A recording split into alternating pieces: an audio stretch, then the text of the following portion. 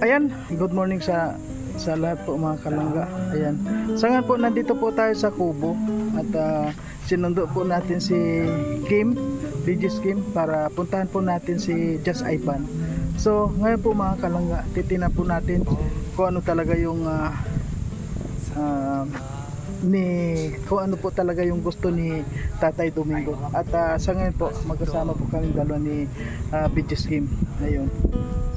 And maraming salamat po sa ating lahat mga kalangga at yan, sa lahat ng mga sumusuporta sa aming munting channel. Maraming pong salamat. Ayan. So ngayon po magkoko na po sana pirsa na to, titinan po natin kung ano po talaga yung gusto ni Just Ivan o ni Tatay Domingo. Ano bro, ano yung masasabi yun po, syempre gawin natin yung gagawa natin, convince po. Kasi hindi naman ito para sa atin, hindi para sa kanilang anak, para sa kanilang pamilya. Kaya kung ano man yung mangyayari at pag-usapan, pakatutukan po natin at syempre huwag po skip yung ads. Ayun, malaking tulong po yun. Sige po mga kalangga, ayan, puntahan po natin. Ayan. Kami, hintayin po namin sila Just Ivan, tapos sila Tatay Domingo. Ayan, so dito muna tayo, Kuya Mar. Grabe naman, oh, may pa-shade. Yeah. Hindi, kapag wala akong ano yun, sakit sa mata? Oo, parang masilaw. Kaya Yan, pag so ganito dito po. nakaka-relax, diba? Ayan. So ngayon po mga kalangga, again, nandito na lang po tayo kay Tatay Domingo at titingnan po natin kung ano yung sasabihin na naman sa atin.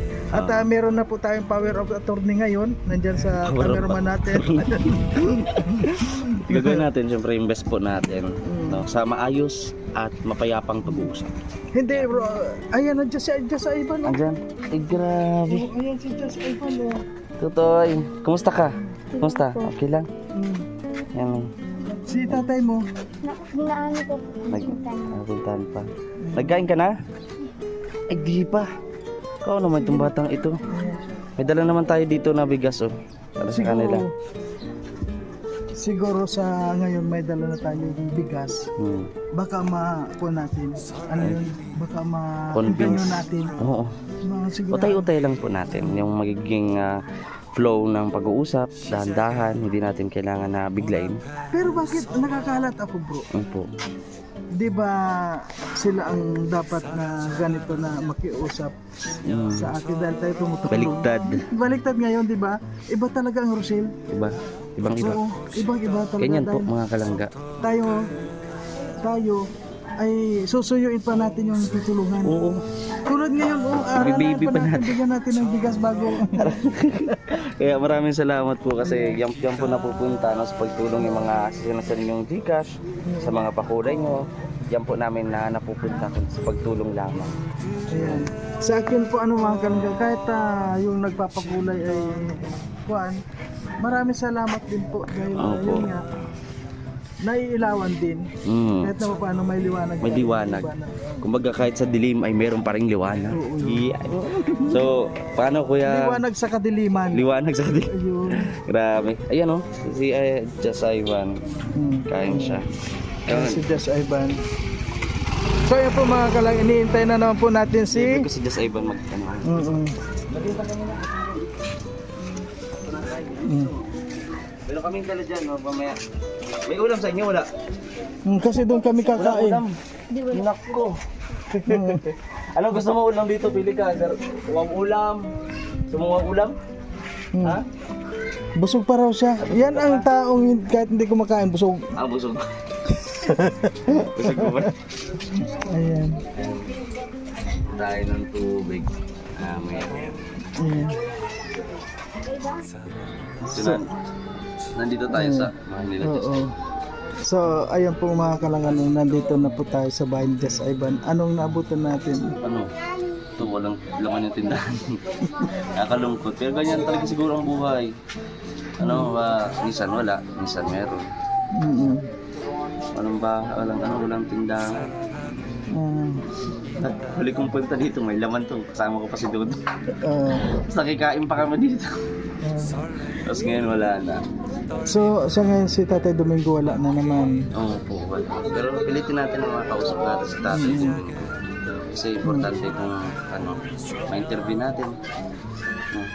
At saka bukas may pupuntahan tayo, di ba? Kaya kailangan maayos natin ngayon. Ngayon settle natin. Mm-mm. Kasi bukas may gagawin din po kami, bundok kami bukas. Balik kami sa bundok. Yun. Ayan po, alisin mo sino nga, Hasmin? Ako po, Nanay Hasmin, para, bigyan ko pamasahe. para, Susundo lang ba? No, Kuya Mar? oo. Kasi ngayon nabigyan tayo ng magandang panahon. Hindi mainit, hindi maulan. Makulimlim lang. Kaya sulitin na lang ba yung panahon. Kasi bukas di po tayo pwede kasi may lakad po kami bukas. Ayan, isa ngayon po, nandito po kami sa labas. Kasi, nagbibis na po si Nanay Yasmin. Ay, dito na lang po. Oh. So ngayon mga kalangga, bibili po tayo ng bigas para kila Just Ivan. Siguro kaya hindi nakikipag-cooperate. Siguro kailangan nila ng bigas. Ito tayo, ganito. Meron ba dito yan? Ha? Meron po. Magkano ba dito? Ano tayo dahil meron naman biyaya, nabigay ng 800 to, bibili natin ng bigas. Wala tayo pang ayuda. Sige pa. Isang 25 kilos. Ayan, thank you po doon sa nagpapabigay. Hindi, sa ano wala nagpapabigay. Ay, Baga, binigyan tayo ng blessing. Oo. Yung kahapon. Yung kagabi. Kagabi. So, yun, tinutulong po natin. Kaya maraming pong salamat sa inyong suporta po. Alam niyo na po yung kung sino kayo. Yes, maraming more blessings po sa inyo. Ayan, thank you po. At iyan, baka pakiusapan natin si Tatay Domingo kapag may dala tayong bigas. Ayan. Okay po mga kalangga.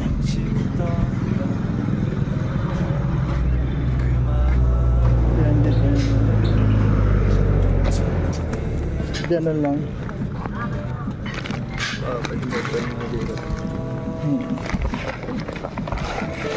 Ayan.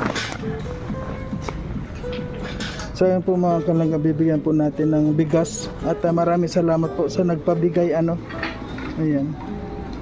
Bili muna tayong tubig ya. May tubig ako bro, sa'yo na lang. May tubig akong ininom ko.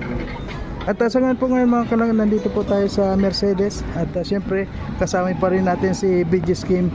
Sa ngayon po magkakasama kami ni BG Scheme kasi wala po siyang service kaya kami dalawa po yung magkasama palagi. Ayan.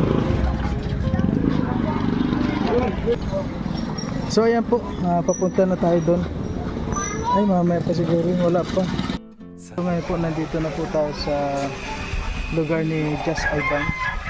At habang nagpapapugi si Kim, kailangan ko kasi siguro pag pupunta doon, magpapugi muna bago pupunta doon. Ayan. Punta na tayo. Sige. So ayan ngayon Kim, galing tayo doon kay Tatay Domingo. So ano na naman yung napag-usapan? Siyempre po, may mga napag-usapan din namin. Siyempre, hindi na natin pinaligoy-ligoy, no? Kinausap natin yung reason ba't tayo pumunta doon. Paano pa yung plano nila kasi narinig tayo. Kapit sa wala tatay, narinig kami na parang imbis na kayong tinutulungan ang lalapit, parang kami yung tutulong ay lalapit sa inyo. Parang ayaw nyo daw po na paoperahan na gumaling si Just Ivan. So yun, nag-usap na kami doon and nalaman nga namin na yung po pala ay problema siya sa ambulance, which is po hindi naman po niya dapat maproblemahin yung sa ambulance kasi hindi nga daw po siya makaasikaso dahil siya lang po yung inaasahan ng pamilya. Diba siya kailangan din niya magtrabaho para may makain din ng pamilya. So napag-alaman din natin nga na hindi po yun basta-basta na pagdating doon sa Naga ioperahan na. Kailangan po dyan is mag-check up muna, mag-undergo muna ng check up, then mga test kung fit ba siya na mag-undergo ng operation. Mm. Kasi natandaan ko po, sinabi ni tatay kanina, Tatay Domingo, na maliit pa yan, no, si Just Ivan. Sinubukan niya na humingi talaga ng tulong sa lahat, pati na ho sa ABS-CBN po, yung Bantay Bata. At tinutulungan naman ng ABS-CBN, no. Kaso nga lang ay hindi po fit, kumbaga hindi po akma yung edad at yung timbang ni Just Ivan, so hindi po natutuloy ang operasyon. Ayun, titignan po natin, at ang kailangan po muna natin gawin ay makaipon tayo ng budget para makapunta tayo kasama sila Just Ivan at ang kanyang pamilya sa BMC Naga para magpa-check up po sa totoong espesyalista po, no? Yung talagang espesyalista po sa ganyang case na pinagdadaanan ngayon ni Just Ivan, no? So para po malaman natin kung fit ba talaga siya mag-undergo nun surgery. So ganun pala, kaya pala pinapatagal-tagal niya yung pag pupunta ko doon, parang baliwala lang sa kanya. Di ba nasabi niya na parang gusto niyang paoperahan kapag bakasyon na ni Just Ivan. Ano po siya nun? Oo. Suggest siya baka ganyan para siyempre nag-aaral doon niya para di naman masira yung pag-aaral. No? So siyempre mababa rin yung pag-after ng operation. Hindi siya pwedeng maglalakad eh. Doon lang muna siya. Para sa akin, hindi pa gaanong importante yung edukasyon na yun. Kailangan na muna yung sarili niya. Malaki yung di ba? bata. Malaki yung bata. And then yun nga, nakausap ko natin yung nanay na natatakot din eh. May halong takot din eh. Oh, siyempre. Natatakot sila. Anong mangyayari dun sa kanilang anak. Pero yung sinasabi natin, tiwala lang po kayo. Ganyan. Isip lang ba ng mga positibo. Ganun lang po yung ano. So, hopefully, hoping po na matulungan tayo na makapunta tayo ng BMC kasama sila Just Ivan para mapa-check up po. At willing naman po kami sumama, dito naman kami, para samahan doon sila Just Ivan, diba? So maraming pong salamat po sa inyong magiging tulong, mga kalangga. Ano po tayo, magtulong-tulungan po tayo para maligtas din po natin ang buhay ng isang bata na si Just Ivan. Ayan na Kim, and thank you. At sa ngayon po mga kalanggano, nandito na po tayo sa Cobo. Ayan, at pauwi na rin si Kim ngayon. At anong sasakyan mo pag mag-tricycle ka na muna? Kasi medyo maulan po nga mga kalangga. Uulan na daw mamaya after one. Ulan na to. Uulan daw. Kaya ngayon po sabi ko sa kanya ay magkuha na muna, mag-tricycle na muna at bukas po yung aming operation na naman ulit. Ayan, sa bundok. Kaya maraming salamat. Ayan. Ayan po mga kalangga, bago po tayo uuwi, syempre kukuha po tayo na muna ng kangkong dito kasi meron po akong tanim din dito na kaunti. Ay pauwi na po kami ngayon ni Kim at kuha ko ng kaunting kangkong dito sa Cobo kasi mayroon tayong kangkong dito. Ayan, ayan po mga kalangga, ito yung sinasabi ko nga na kapag mayroong kangkong dito ang sarap kuhanin dahil ayan, kuha na naman po tayong kangkong. Ito po ay tanim ko po ito. Kaya anytime walang problema po na kumuha tayo dito. Kaya nga sabi ko noon na kapag itong kangkong kasi madaling mabuhay, madaling mapakinabangan, kaya ito magpitas po tayo ng kangkong.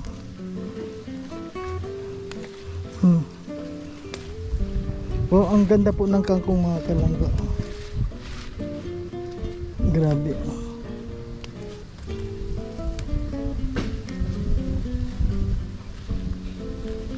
Ayan, ngayon po magkasama kami ni Kim at ngayon uuwi na siya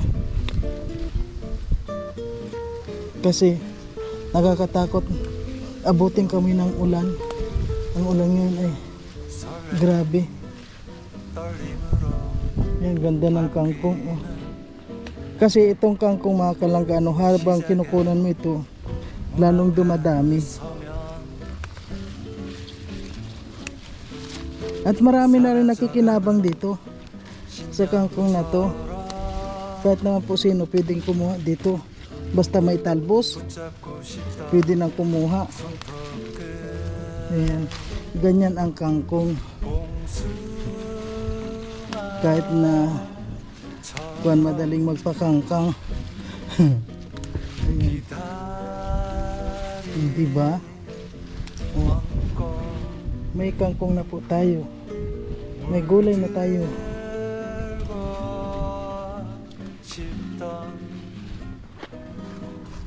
Yun o, dami din natin kangkong.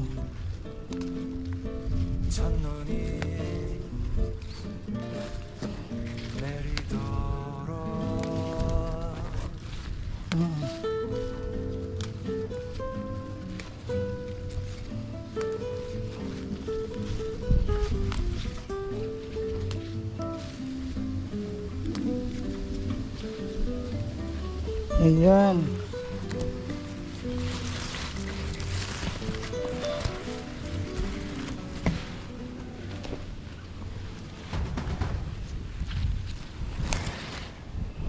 Yan mga kalangga, oh.